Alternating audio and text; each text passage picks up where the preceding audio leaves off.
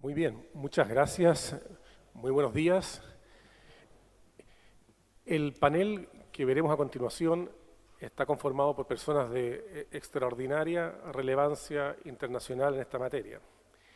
Y vamos a abordar un tema central, la diferencia entre la expectativa de acceder a información y el derecho a acceder a información tiene que ver con la existencia de leyes, procesos y órganos garantes que definan con claridad cuál es el límite entre la información que es pública y aquella que no lo es. Cuando ese límite históricamente lo resolvía el poder, la autoridad, estábamos frente simplemente a una expectativa de acceder a información. Cuando ese límite lo define un órgano tercero imparcial, una corte, un comisionado de acceso a información, un consejo para la transparencia, estamos efectivamente en el ámbito del derecho. Pero esta resolución de estos órganos garantes supone ponderar frente al derecho de acceso a la información como regla general la existencia de causales de reserva o secreto. Esta ponderación es un trabajo complejo e imprescindible. La transparencia es un principio rector, pero hay bienes jurídicos relevantes que justifican mantener cierta información en reserva. Ese trabajo independiente, objetivo, técnico, imprescindible, imparcialmente ejercido, está en la esencia del derecho de acceso a la información. Y para reflexionar sobre esto tenemos un panel de gran nivel. La presentación ya está hecha. El orden de las presentaciones de nuestros panelistas será el siguiente. En primer lugar, Jimena Puente, presidenta del Instituto Federal de Acceso a Información, prontamente Instituto Nacional de Acceso a Información en México. En segundo lugar, comienza el trío de expositores, diría yo, de fuera de la región de América Latina. En primer lugar, Graham Smith, comisionado del Reino Unido. Luego, Rosemary Agnew, comisionada de Escocia. Suzanne Legault, comisionada de Canadá. Y finalmente, el expresidente del Consejo para la Transparencia, Jorge Jaramillo de Chile. Sus 10 minutos, 12 a lo más. Jimena, por favor. Muchísimas gracias, muy buenos días, tengan todas y todos ustedes. Es para mí, como presidenta del Instituto Federal de Acceso a la Información y Protección de Datos, el IFAI en México, próximamente Instituto Nacional, un verdadero honor estar aquí el día de hoy con ustedes, con mis compañeros en esta gran mesa de discusión, sobre todo porque tenemos temas muy importantes. Primero, cuáles son los logros que tenemos en nuestros respectivos países en materia de transparencia y acceso a la información y cuáles son los retos. Específicamente un tema que me llamó mucho la atención, la ponderación en el caso del derecho de acceso a la información y bueno, pues para esto tengo prácticamente una misión imposible, hacer una revisión general de cómo estamos, cuál es la situación en México y terminar con casos concretos en 10 minutos, que ya tengo algunos segundos desde mi presentación. Bueno, las experiencias, muy interesante.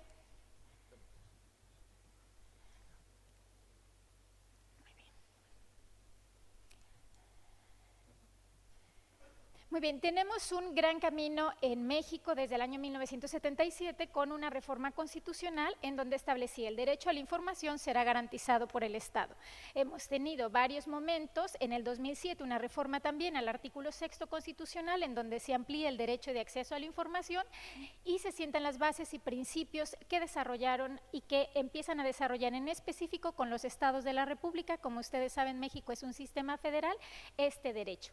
2014 tenemos una reforma sin precedentes en donde se establecen bases y principios muy firmes en materia de transparencia y acceso a la información, bases constitucionales de transparencia para poder ejecutivo, legislativo, judicial y un tema muy importante para nuestro sistema, transparencia en sindicatos, transparencia en partidos políticos, fideicomisos, fondos públicos y cualquier persona física o moral que reciba recursos públicos con obligaciones muy concretas de transparencia.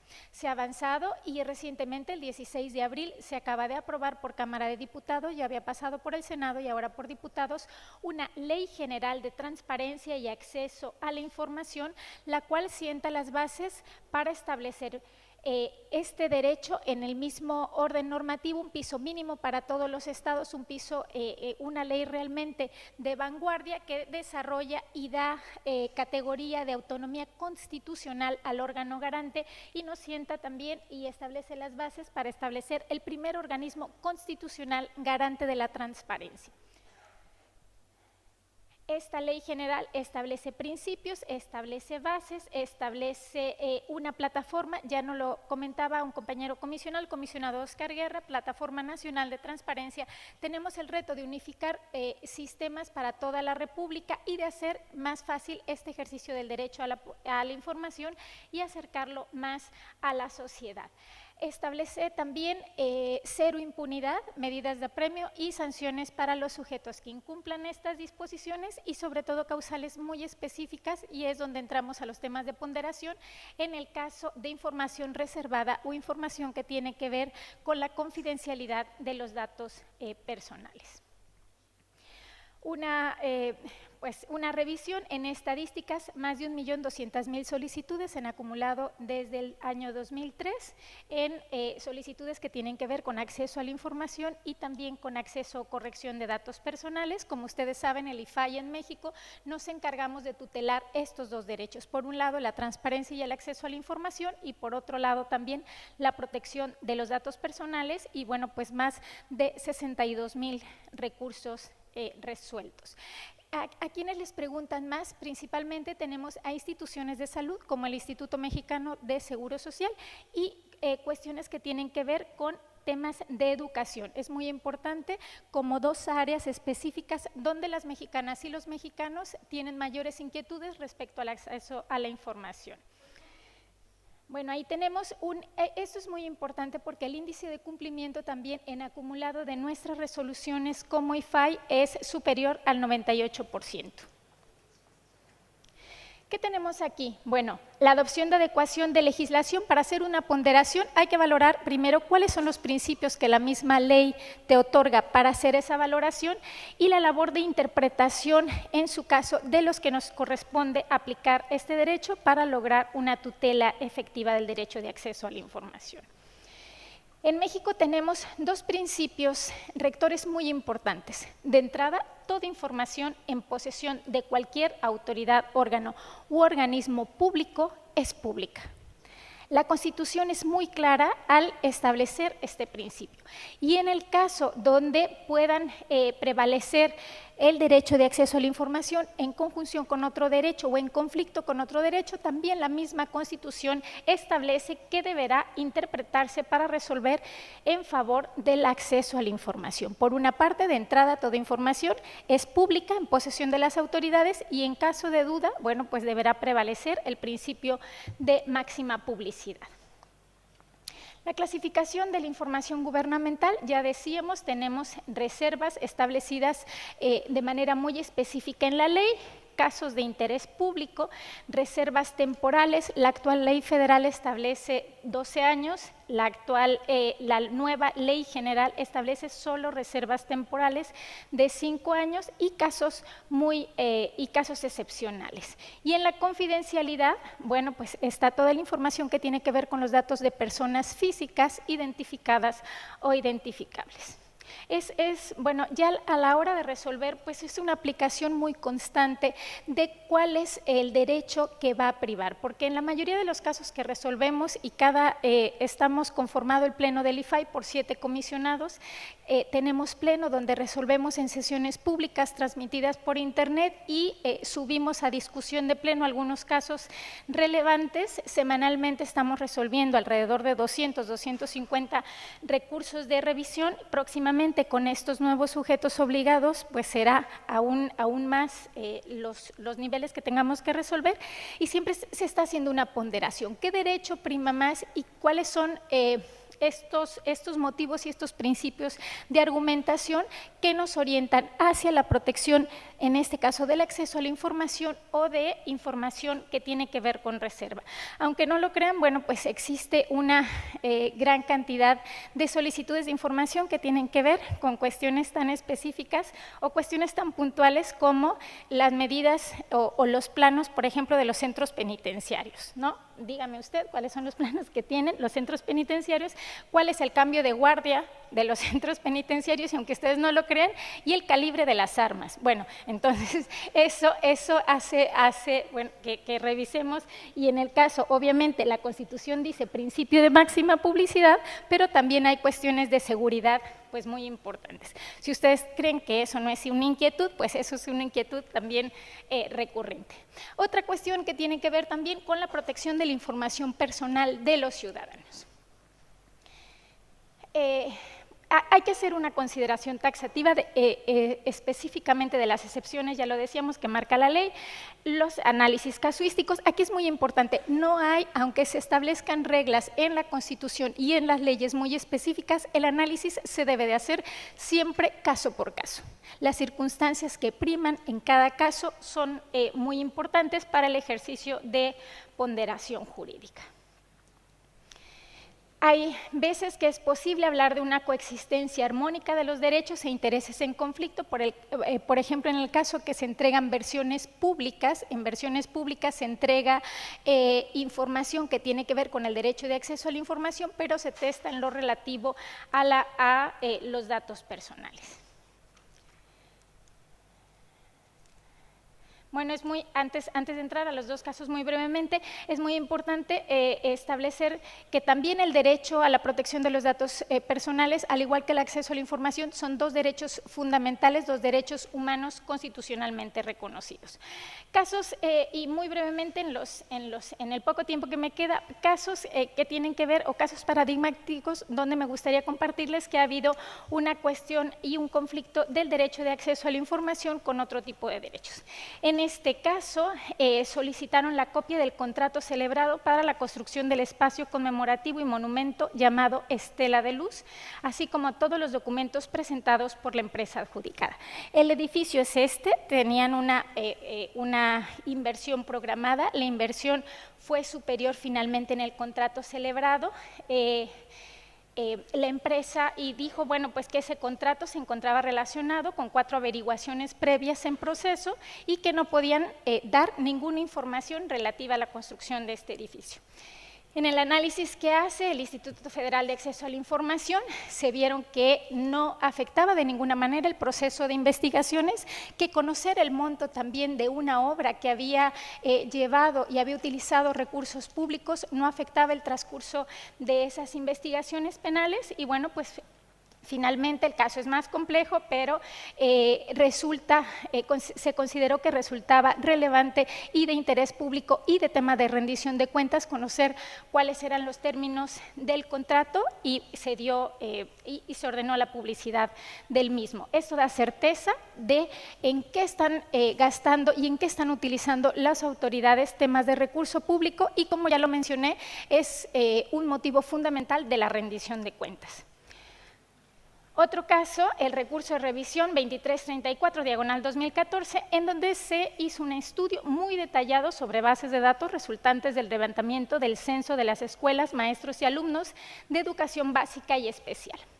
Y aquí la Secretaría de Educación Pública reservó las bases de datos porque dijo contiene datos personales, tanto de estudiantes como de profesores.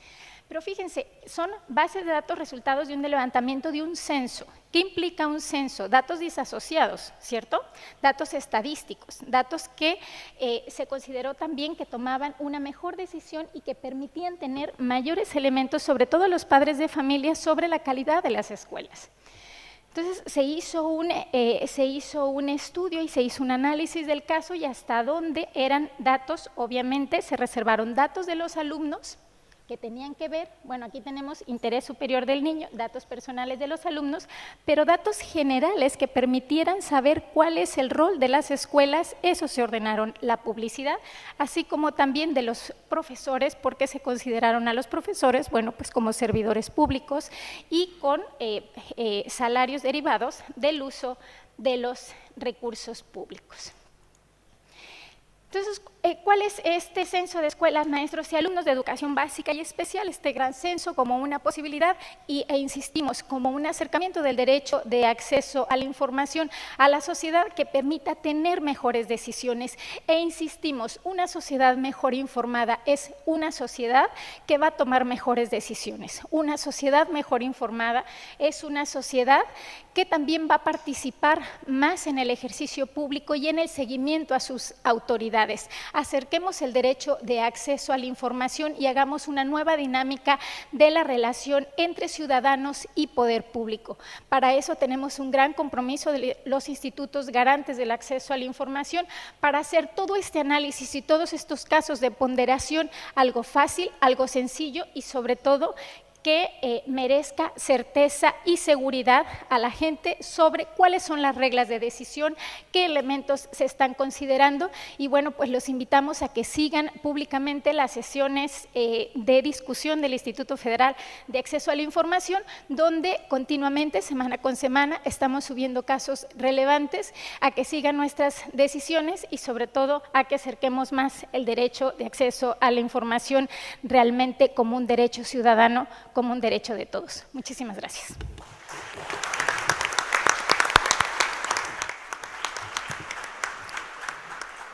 Muchas gracias, Jimena, por tu presentación.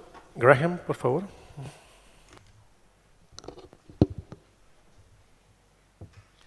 Thank you very much and good morning everybody. A todos, pero quiero agradecer al Consejo para la Transparencia para acogernos para esta conferencia internacional y de los comisionados en Chile. Es un gran placer para mí estar acá hablando. Hace un año el Consejo me invitó en su quinto conferencia internacional de acceso a la información. Me dieron el aviso de pasar más tiempo explorando su país. En vez de estar en 2 escuadras en Santiago, debo confesar que un mes estaba en los lagos del sur, Puerto Varas, pero no fue mi responsabilidad lo del volcán. Pero de vuelta a la materia, quiero hablar con aspectos de confidencialidad, como se tratan en el Reino Unido, del acceso a la información. La confidencialidad es muy amplio y significa muchas cosas para diferentes personas en diferentes contextos. En la forma que la ley está estructurada, tenemos muchas excepciones específicas que tratan con temas particulares de confidencialidad. Las leyes nuestras se critican porque el número de excepciones, pero esto es porque tenemos excepciones particulares, no amplias excepciones que protegen la confidencialidad en términos generales. La confidencialidad cierra no entregada prioridad o una ley si existen en relación a un trozo de información que se pide. Es un hecho relevante que tenemos que hacer una decisión si la información debe entregarse o no. Esa decisión con respecto a nuestros casos, nuestras excepciones, se balancea con respecto al interés público, que favorece el interés público respectivo con alguna potencia, daño o algo de confidencialidad. Una cláusula de confidencialidad puede ser negociada entre los partidos cuando se crea la información o transmiten información, o también puede ser, algunas veces puede ser simplemente impuesto por un partido en forma rutinaria o en algún documento marcado como confidencialmente comercial, o puede ser el gobierno imponiendo algo de seguridad o marcando un documento como secreto por seguridad para solamente para el gobierno del Reino Unido. Voy a revisar algunas cosas. La justicia, como nuestro colega alemán dijo más temprano, el hecho de que puso la etiqueta no es concluyente para el propósito de hacer una determinación de acceder a la información de la ley. Pero solamente quería hablar de respecto a 3 contextos. Contratos comerciales, información personal, y la última, el intercambio de información entre los gobiernos. Solamente para dar ejemplos de diferentes maneras cómo se manejan. En el Reino Unido, los contratos de servicios públicos hay nuevos paradigmas. Nos guiamos a las compañías y autoridades públicas afuera de las cláusulas de confidencialidad y de transparencia. Les decimos que aun cuando en algunas ocasiones hay información muy sensible que debería ser secreta para proteger aspectos comerciales, esto es excepcional y aplicará solamente a muy pequeña información, no la totalidad del contrato. Puede aplicar, por ejemplo, fórmulas de aplicación única o algo de mecanismos especiales. Cuando viene para gastar presupuesto público, esa información debe ser pública. ¿Quién tiene el contrato? ¿Quién recibe el dinero? ¿Cuánto dinero se gasta? ¿Y para qué sería? Toda esta información en el Reino Unido está en el dominio público. Hemos entregado nuevas guías sugiriendo que las cláusulas de transparencia o la creación de documentos usando transparencia como diseño, que sean esperadas. La transparencia será la norma, con excepciones limitadas. Cuando hablemos de confidencialidad, que de otra manera que han persistido en el área comercial, el sector privado, los contratistas asumen que sus contratos van a ser secretos. Donde se gasta presupuesto del gobierno, esta opción debe ser la opuesta. Y esto es apoyado por nuestro gobierno, que nos empuja para entregar la información y rutinariamente entrega información de todos los contratos de gobierno, que son más de 25.000 libras, son aproximadamente, es una pequeña cantidad cuando el contrato es de una municipalidad, solamente 5.000 libras o $800. La información es rutinariamente puesta al dominio público y el contrato se publica. Lo segundo que voy a hablar con respecto a información personal, algo se habló ya por Jimena y otros también hablarán de ello. Para información personal, el marco legal es muy distinto. Tenemos protección de datos de la Unión Europea que tiene que ser aplicada, y el concepto del individuo debe ser considerado. Tenemos que balancear el derecho de individuo, de su información, se considera su información, con un legítimo interés público de liberar esta información. Esto es lo que salta a la luz más frecuentemente cuando nos enfrentamos por información de sueldos o los gastos o el desarrollo de los oficiales públicos. Christian dijo en su presentación ayer, dio algunos buenos ejemplos donde hemos liberado información personal en el Reino Unido. La tasa de mortalidad de los cirujanos, los gastos y los sueldos de los administrativos del gobierno. Pero volvemos a considerar este tema de la expectación de los partidos.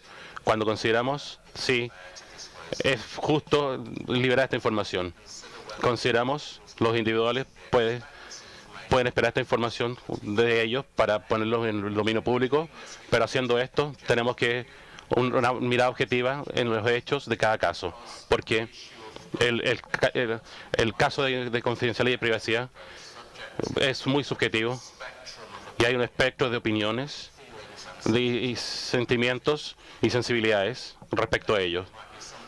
Hay algo que yo siento que no preocupado de mi información personal y estoy contento de que lo entreguen, hagan público, pero podría ser que el equivalente, la información equivalente, por ejemplo, de Jimena, ella siente profundamente y que no debería ser liberada. Tenemos que respetar esas diferentes visiones, pero hay que sacar un balance objetivo. Tiene que ser consistente esto. Arreglos consistentes. Y finalmente quiero tomar lo que creo que es lo más difícil tema, pero que sucede en mi área de trabajo frecuentemente, las relaciones internacionales, y la pregunta es, ¿la información debe intercambios diplomáticos entre distintos gobiernos? Debería ser tratada como confidencial. Aquí las reglas tienden, que no están escritas.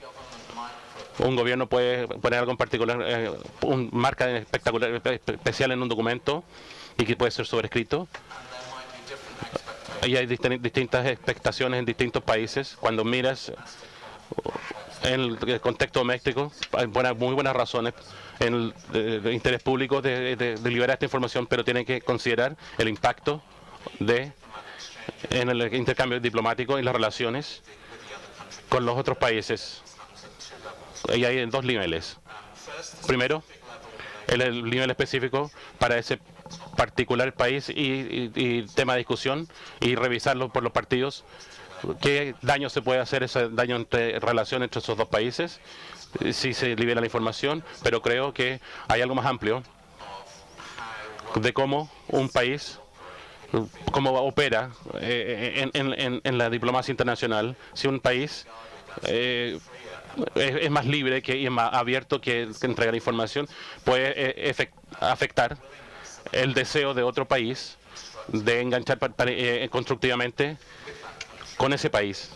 Si ellos tienen diferentes ideas con respecto a la confidencialidad, porque por la política específica y socioeconómica del contexto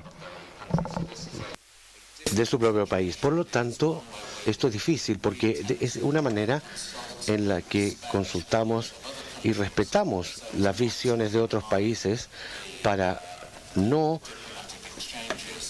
quitar importancia al intercambio diplomático y a tantas cosas de relaciones internacionales.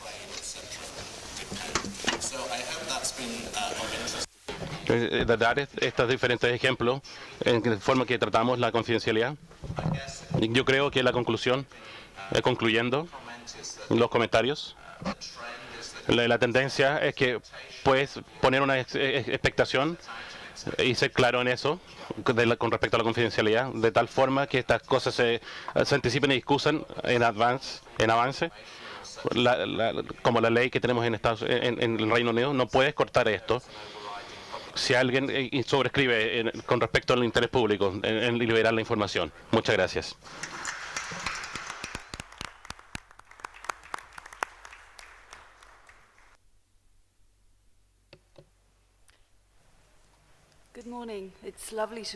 Es encantador estar acá y muchas gracias por nuestros invitados en un país tan lindo. Una persona inteligente dijo, la mejor presentación son las que enseñan y educan, informan y educan. Las presentaciones populares son las que se mantienen en su horario, así que voy a entrar en el tema y voy a ser breve. En Escocia tenemos una ley separada de libertad de información y es muy similar a la ley del Reino Unido. Por lo tanto, en lugar de cubrir algunas de las mismas cosas que Graham ya ha comentado, también les voy a contar un punto de vista diferente, más basado en cómo aplicamos nuestra ley en Escocia. Somos una población de solamente 5.7 millones de personas. tenemos menos ciudadanos en todo nuestro país que hay en la ciudad, que los que hay en la ciudad de Santiago, pero revisamos, investigamos cada año y sabemos que el 84% de nuestros ciudadanos saben de su derecho a pedir información. Y el año pasado, más de 60.000 solicitudes de información se hicieron a organizaciones públicas en Escocia. Y de esas 65.000 solicitudes, más del 70% de ellas fueron personas que preguntaron y recibieron la información que pidieron, ya sea completa o parte de ella. Las organizaciones escocesas también tienen un deber en la ley para hacer que esta información esté disponible sin que la gente la pida. Por ejemplo, información financiera, información de contratos. Y es esta área en la que nosotros realmente empujamos a las organizaciones escocesas para que construyan su transparencia y que comiencen a involucrarse con los ciudadanos, porque también tienen el deber de ayudar a las personas a acceder a dicha información. Así que lo que voy a comentarles es darle una versión muy simple de cómo aplicamos la ley para ilustrar los principios principales. Como muchos países como el Reino Unido, nosotros tenemos una ley de libertad de información, y también como Inglaterra tenemos regulaciones acerca de la información, y ambas dan acceso a la información, pero de maneras levemente distintas, y Chris comentó esto ayer, así que no me voy a quedar en el tema. Ahora, cualquier persona en el mundo puede pedir información que tengan organizaciones públicas escocesas. Usted no tiene que ser ciudadano. Si usted es un estudiante de universidad en Santiago y está haciendo investigación, usted puede hacer un pedido de información a una universidad o institución pública escocesa. Nuestra ley tiene la presunción de diseminación, lo que quiere decir que el punto de inicio para cualquier organización escocesa es que si ellos tienen lo que se les pide, deben dárselo a la persona que los pide. Solamente pueden negarse si hay exempciones o excepciones que apliquen al tema. Y esto es muy importante porque es tanto acerca de la cultura como es acerca de la práctica. También quiere decir cómo se aplican las excepciones, porque es crucial para determinar qué tan transparente es una organización, porque las excepciones, desafortunadamente, pueden ser interpretadas. Por lo tanto, se veía bien en el papel, pero cuando usted viene a aplicarla, a veces podría ir para cualquier lado. Y si una organización se niega a entregar información y aplican una excepción, la persona que la pidió puede apelar, consultarme a mí, yo lo voy a investigar y voy a tomar una decisión. Yo puedo ordenar a la organización que entregue la información y la decisión es vinculante. Tienen que aplicar mi decisión. Si están en desacuerdo con ella, ellos o la persona que hizo la solicitud pueden apelar a las cortes más elevadas, a la Corte Suprema de Escocia, e ir a juicio. Nosotros, como el Reino Unido, a veces nos critican porque tenemos muchas excepciones, o lo que se cree que son muchas. En nuestra ley de libertad de información tenemos 17. Estas son excepciones puras y van a cubrir cosas como patentes comerciales, daños comerciales que se podría causar respecto a información personal, cubren cosas como confidencialidad, cubren gran cantidad de cosas, todo tipo de cosas, pero no son todas iguales en cuanto a cómo se aplican. 5 de nuestras excepciones, y solamente 5, algunos dirían que son demasiadas, pero son absolutas. Estas cubren cosas como datos personales, donde otras leyes dicen que deben mantenerse ciertas cosas confidenciales. Si una ley dice, por ejemplo, que la investigación de un delito y la evidencia deben mantenerse confidenciales, la libertad de información no puede superceder a esto.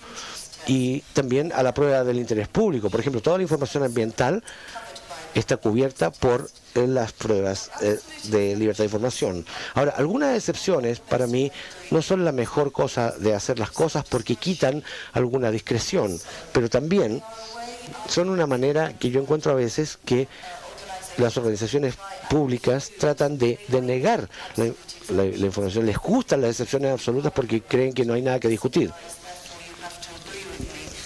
Se aplica a esto, por lo tanto tiene que estar de acuerdo conmigo. Pero ese no es el caso, porque lo primero que siempre haré es mirar la información que se está reteniendo y ver si realmente esta excepción realmente se aplica a esta información. ¿Es el daño que usted afirma que se va a producir un daño existente o esta información realmente no está cubierta y por lo tanto no debiera estar intentando retenerla? Los datos personales son un buen ejemplo de donde los organismos públicos en Escocia tratan de retener cosas porque dicen que son datos personales y tienen que hacer desarrollar este equilibrio que describió Graham. Muy a menudo, cuando miramos a los datos de alguien más, a menudo estoy de acuerdo que es personal y que debe ser retenido, pero no siempre. Y esto es donde el tema de justicia entra. No es una prueba de interés público, sino de justicia. Y un ejemplo de un conductor de rally muy conocido en Escocia, David Coulthard, que se le pagó una tarifa, un dinero por el gobierno escocés y le pidió que aparecieran anuncios para seguridad vial. Y el gobierno dijo, no vamos a decir cuánto se le pagó porque es información personal. Y yo estuve de acuerdo, fue información personal, pero también pensé que en justicia, hacer la información disponible, él es una persona pública, muy conocido, aparecía en la televisión, pagado con fondos públicos y algo para el bien público, así que no vi que esa información debiera ser retenida. Por lo tanto, ordené que se publicara. Ahora, las excepciones calificadas son un poco más complicadas porque ahí es donde hay más interpretación. Y todavía son dos etapas. Se aplica la excepción, la exención. Ahora, ¿dónde el interés público se equilibra con lo privado? ¿Debiera retenerse o debiera publicarse? Si el equilibrio se inclina hacia publicar, yo ordenaré que se publique. Y a menudo es el área donde yo estoy más en desacuerdo con los organismos públicos escoceses, porque el interés público lo argumentan cuando no quieren entregar algo, cuando realmente mi visión es que el interés público debe estar allí y debe ser visto. Pero generalmente voy a decir que funciona bastante bien, y la razón por la cual yo creo que el sistema funciona bien es porque significa que las organizaciones públicas tienen que pensar y dar razones muy específicas y que generalmente no se puede decir que es confidencial o que es secreto. Tenemos que dar muy buenas razones. Y si el caso termina como una apelación para mí, yo espero que el organismo público a veces me dé razones, y no solamente me dé razones, sino que también me dé evidencia que sustente su decisión, porque la presunción de que estamos comenzando es la publicación. Por lo tanto, el argumento para retener la información debe ser muy fuerte. Pero aprecio que la prueba del interés público sea muy difícil, porque no es acerca de cosas que son interesantes, son cosas que están en el interés del público. Y creo que esta prueba de equilibrio es bastante difícil, a menudo porque tenemos que identificar razones para retener la información y razones para publicar la información y hacer un equilibrio. Ahora, yo creo que la mayoría de mis decisiones, donde el interés público es la pregunta clave, por ejemplo, como consejo legal, políticas que los organismos públicos todavía están desarrollando.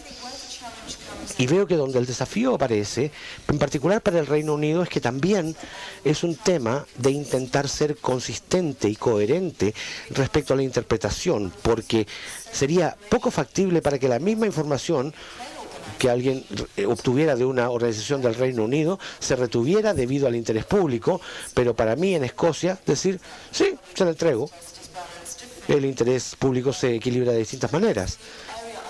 Por lo tanto, si ese es el área que más se apela a las Cortes. Debo decir que casi siempre gano, pero tenemos un ejemplo breve para cerrar, como un ejemplo de interés público. Ustedes deben haber escuchado que el año pasado Escocia tuvo un referéndum de si íbamos a ser independientes o no. Y hace como un año antes de este referéndum, alguien le preguntó al gobierno escocés y le pidió información y dijo si han tenido consejo legal acerca de la membresía a la Unión Europea. No preguntaron por el consejo, les preguntaron si existía. Y el gobierno se negó a comentar porque dijo que no era de interés público, no iban a confirmar ni denegarlo.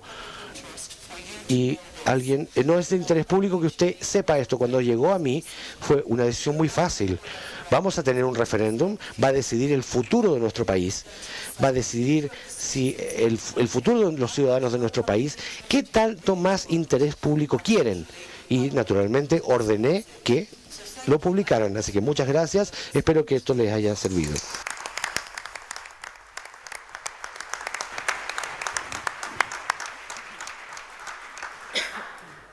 Muchas gracias, Rosemary. Susan, por favor. Gracias. Buenos días. Muchas gracias a todos del Consejo que han trabajado tanto para actualizar esta conferencia y además a la Presidenta por su invitación. Sobre todo, muchas gracias a todos los colegas y participantes para tener el tiempo y compartir sus experiencias y sus ideas. Brevemente, al empezar, Canadá es un estado federal y tenemos 14 leyes federal y provinciales. La ley federal pasó en 1983, así que normalmente yo refiero a la ley canadiense como la abuela de las leyes de acceso a la información.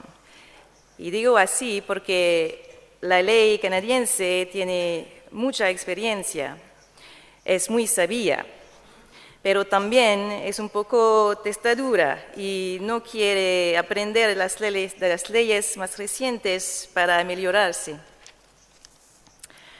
Al principio, como mis colegas de Alemania y del UK, una cuestión de clarificación. En Canadá también tenemos un sistema de clasificación de los documentos.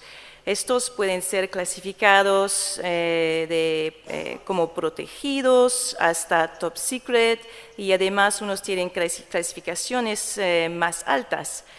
Pero esta clasificación solamente tiene pertinencia por lo que están trabajando en la administración pública y la clasificación es utilizada para determinar primero quién puede ver estos documentos en el departamento y segundo, cómo deben ser administrados adentro de la administración pública. La clasificación del gobierno sobre sus documentos no es pertinente por la aplicación de las excepciones del acceso a la información. Por ejemplo, es posible que yo podría decir que un documento que está clasificado top secret debería ser divulgado.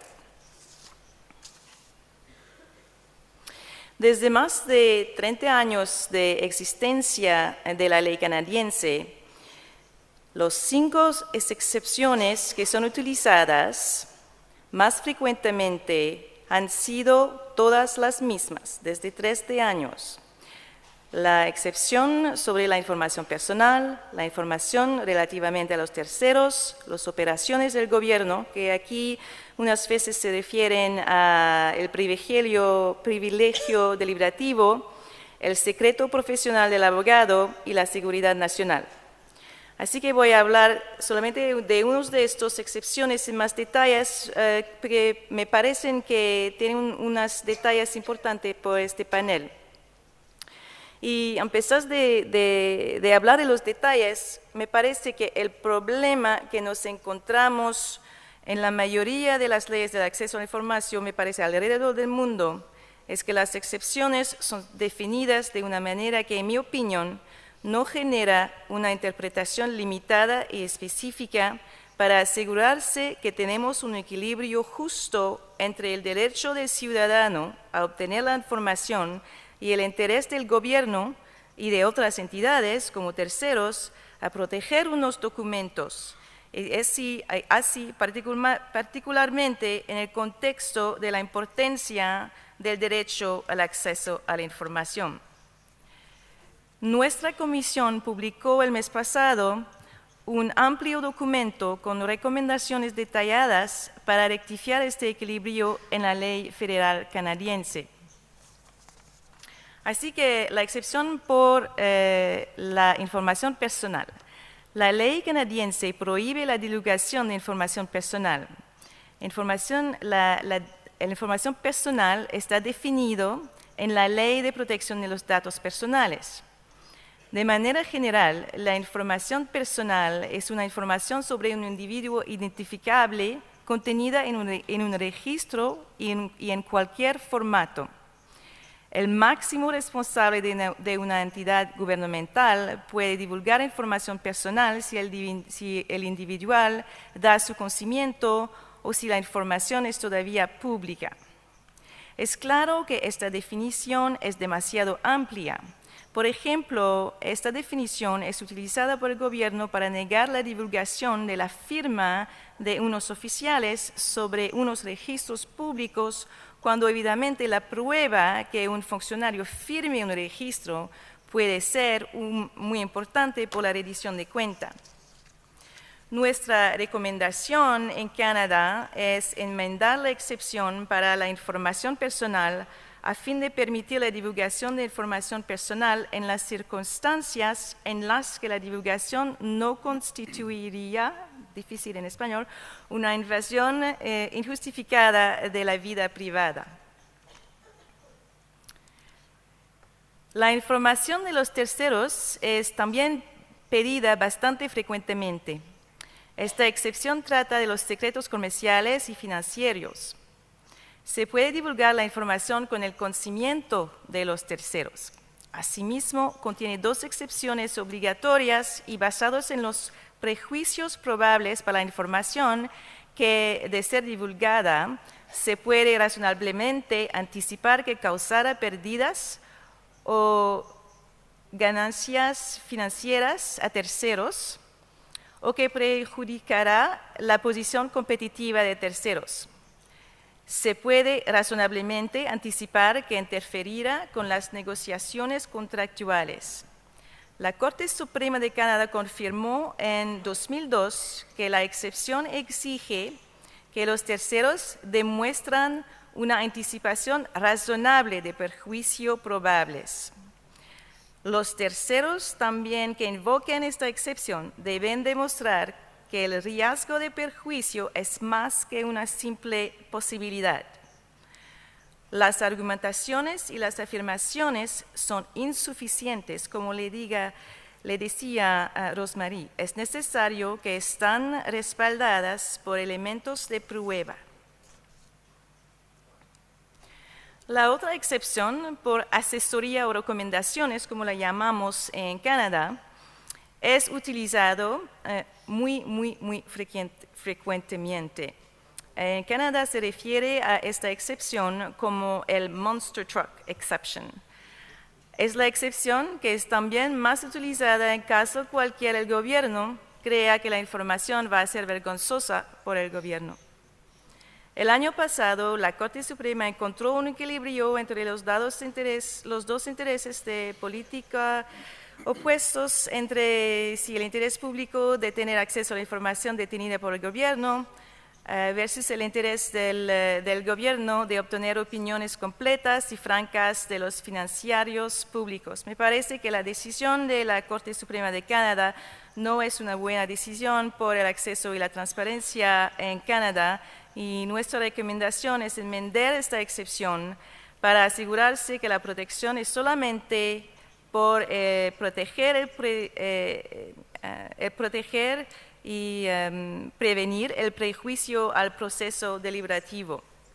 Así que sea muy más limitada que nos tenemos ahora. Y esto es una excepción que existe de casi la misma manera en todas las leyes canadienses, así que es un problema nacional con esta excepción. Y la otra cosa que tenía que mencionar en este contexto es una particularidad de la ley federal canadiense, que es una exclusión de la información del gabinete que tenemos. Así que eso que significa es que no puedo ver estos documentos si hay una queja en mi oficina. Y quería hablar un poquito de esto porque desarrollemos una práctica por estos documentos, así que insistimos que el gobierno nos da una lista descriptiva de todos los documentos sobre los cuales aplicaban esta exclusión. Tenemos la fecha, el título del documento y una breve descripción. Así que en estos casos, aunque no podemos ver los documentos, en alrededor de 15% de los tiempos decidimos que la exclusión no está aplicada de una manera legal. La última excepción es la de la seguridad nacional. No voy a ir en los detalles de esta excepción en la ley canadiense, sino que decir que la ley canadiense es para mí un ejemplo muy bueno de la manera de tratar los documentos de seguridad nacional, porque es una excepción discrecionaria y mi oficina puede ver todos los documentos, lo de además seguridades.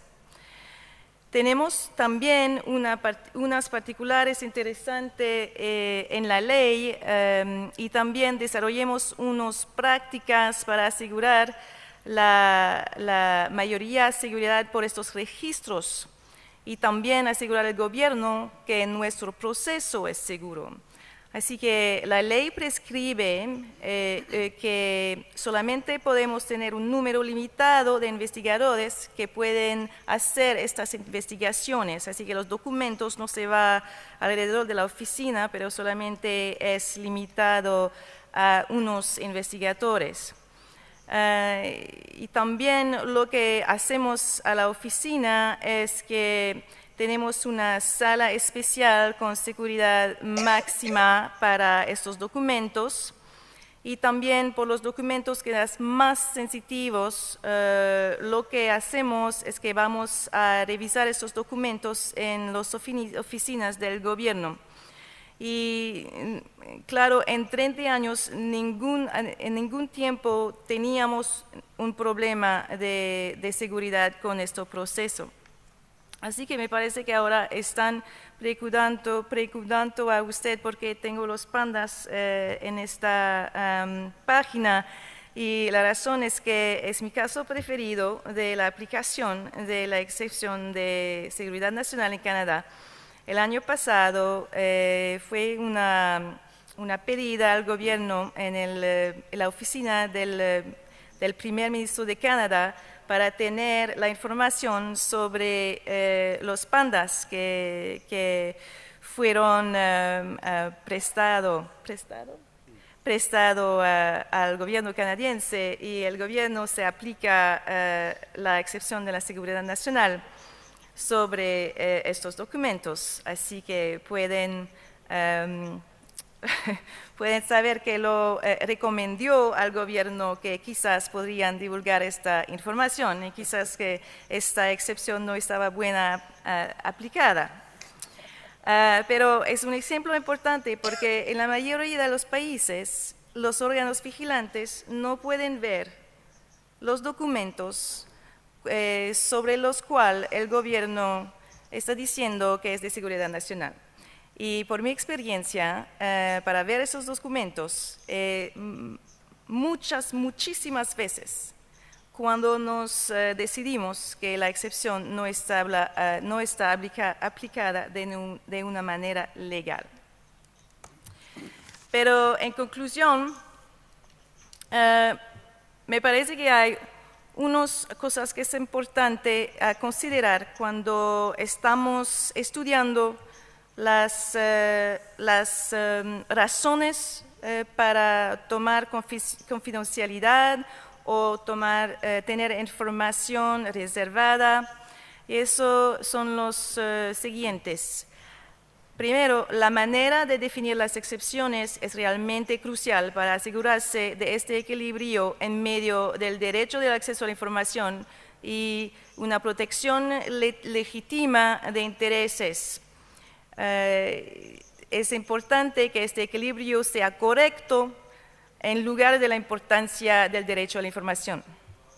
Y segundo, es también crucial que los órganos vigilantes pudieron ver a todos los documentos para asegurarse que las excepciones son aplicadas legalmente. En nuestra experiencia, en 30 años, alrededor del 50% del tiempo, nos decidimos que las excepciones están aplicadas de una manera ilegal por el gobierno. Esos dos principios me parece que son además importantes en el contexto que la mayoría de los países aquí tienen iniciativas de gobierno abierto, porque la divulgación proactiva es todo el tiempo limitada por las excepciones que están contenidas en las leyes del acceso a la información. Así que el objetivo de maximización de la transparencia y el objetivo de cambiar una cultura de gobierno abierto no sea posible sin lograr este justo equilibrio. Muchas gracias.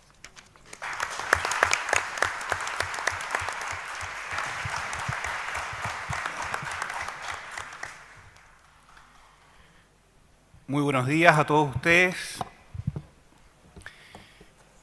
Desde su jurisprudencia inicial, el Consejo para la Transparencia de Chile ha sostenido que el derecho de acceso a la información pública es un derecho fundamental reconocido en la Constitución como parte del principio de publicidad y además en la garantía de libertad de expresión.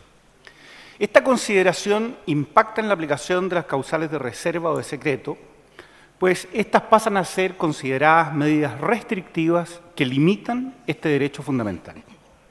Desde el año 2005, la Constitución chilena establece que solo una ley de quórum calificado puede establecer la reserva o el secreto de la información en poder del Estado cuando la publicidad afectare el debido cumplimiento de las funciones de dichos órganos, los derechos de las personas, la seguridad de la nación o el interés nacional. Esas son nuestras 4 causales. En concreto, y atendiendo a la expresión afectar que usan la Constitución y la ley, el Consejo ha entendido que no basta que la información solicitada simplemente se refiera a las materias sobre las que versan las causales de reserva, sino que además es indispensable que los bienes jurídicos protegidos por estas causales resulten afectados negativamente por la divulgación de la información solicitada, en alguna magnitud y con alguna especificidad que no cabe presumir, sino que tiene que ser acreditado por los órganos públicos. Es decir, el uso normativo del verbo afectar nos exige ponderar un menoscabo o daño a los bienes jurídicos protegidos por las causales de reserva. Para esta ponderación, el Consejo ha recurrido a 2 tipos de criterios: el test de daños y el de interés público. Este último, el interés público, lo ha aplicado principalmente a los casos de conflicto entre la vida privada y el derecho a acceso a la información. Gran parte de la información que obra en poder de los órganos públicos está constituida por datos personales, por lo que la tensión entre el derecho de acceso y la protección de esos datos personales es común. Mientras la Ley de Transparencia chilena reconoce el carácter público de la información que contienen datos personales, la Ley de Protección de estos datos resguarda su confidencialidad. En varios casos, el Consejo ha recurrido al test de interés público para resolver esta dicotomía.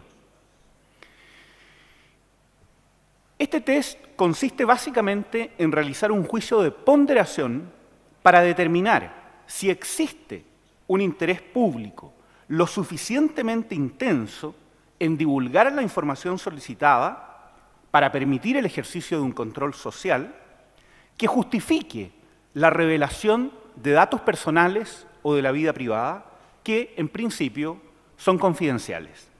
Es decir, que no se produzca aquello que Susan denominaba una invasión injustificada de la vida privada.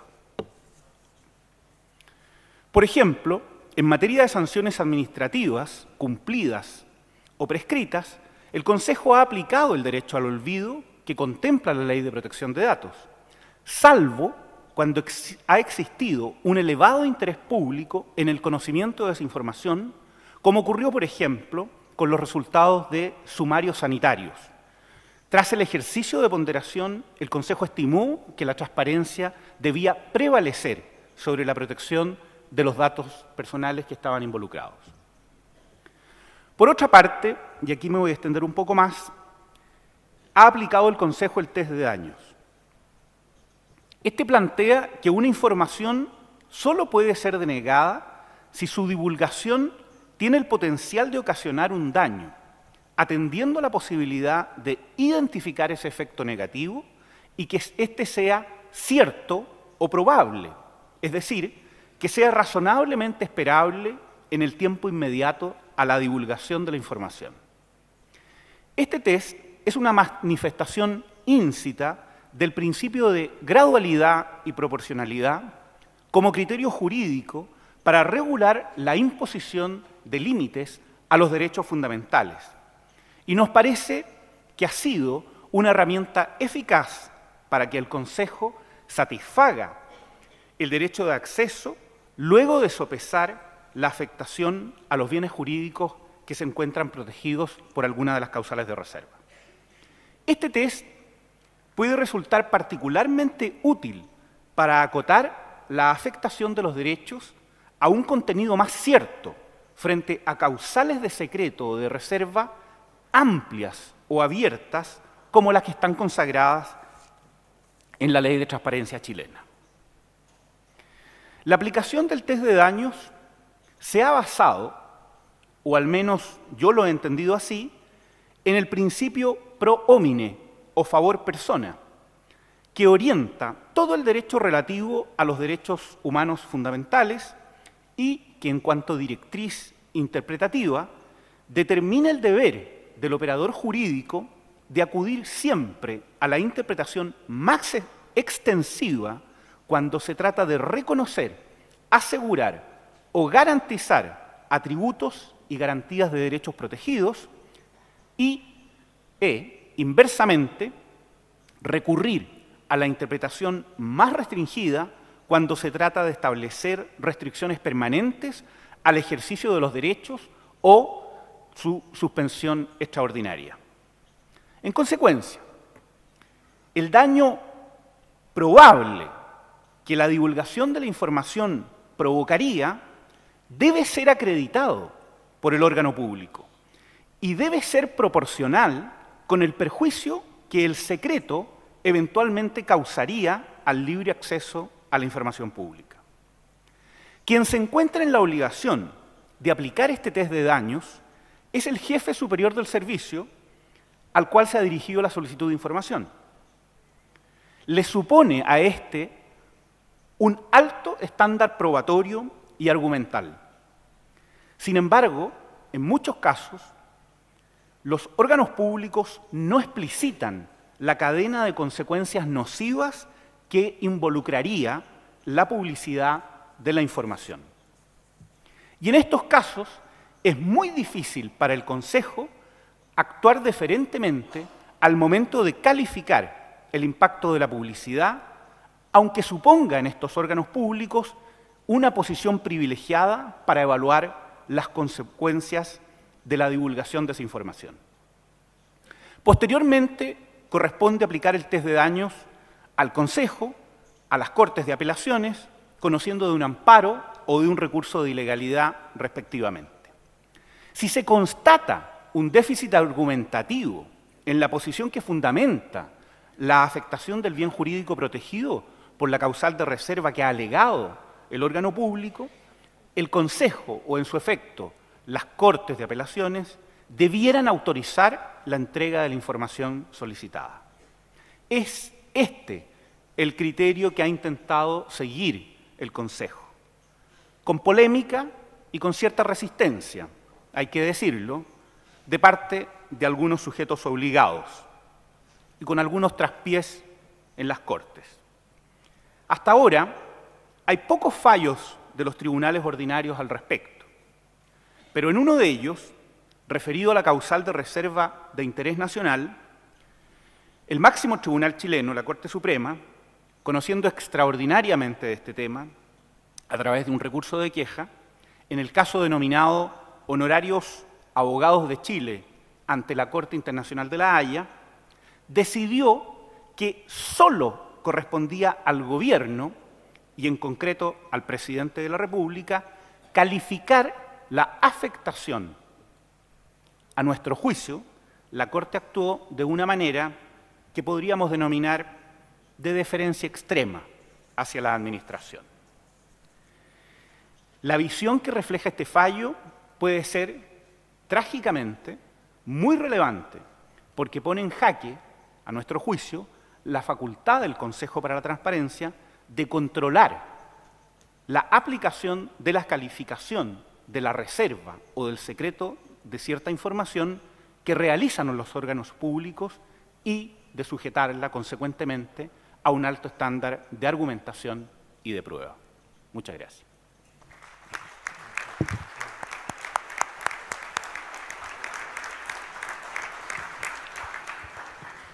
Muchas gracias a todos los panelistas. Hemos visto cómo el equilibrio entre el acceso a la información y la aplicación de las causales de reserva es un desafío universal, que las respuestas en el derecho comparado son relativamente similares y, como ha señalado también Jorge, en el caso de Chile, algunos fallos han puesto en entredicho la posibilidad de revisar imparcialmente la aplicación de la causal de reserva, lo que revela también que este tema, si bien está en la doctrina relativamente consolidado, todavía queda mucho por hacer para que prevalezca efectivamente en nuestros estados de derecho. Muchas gracias. Entiendo que hay ahora, bueno, el moderador nos dirá lo que hay ahora. Yo les pido un aplauso a nuestros panelistas.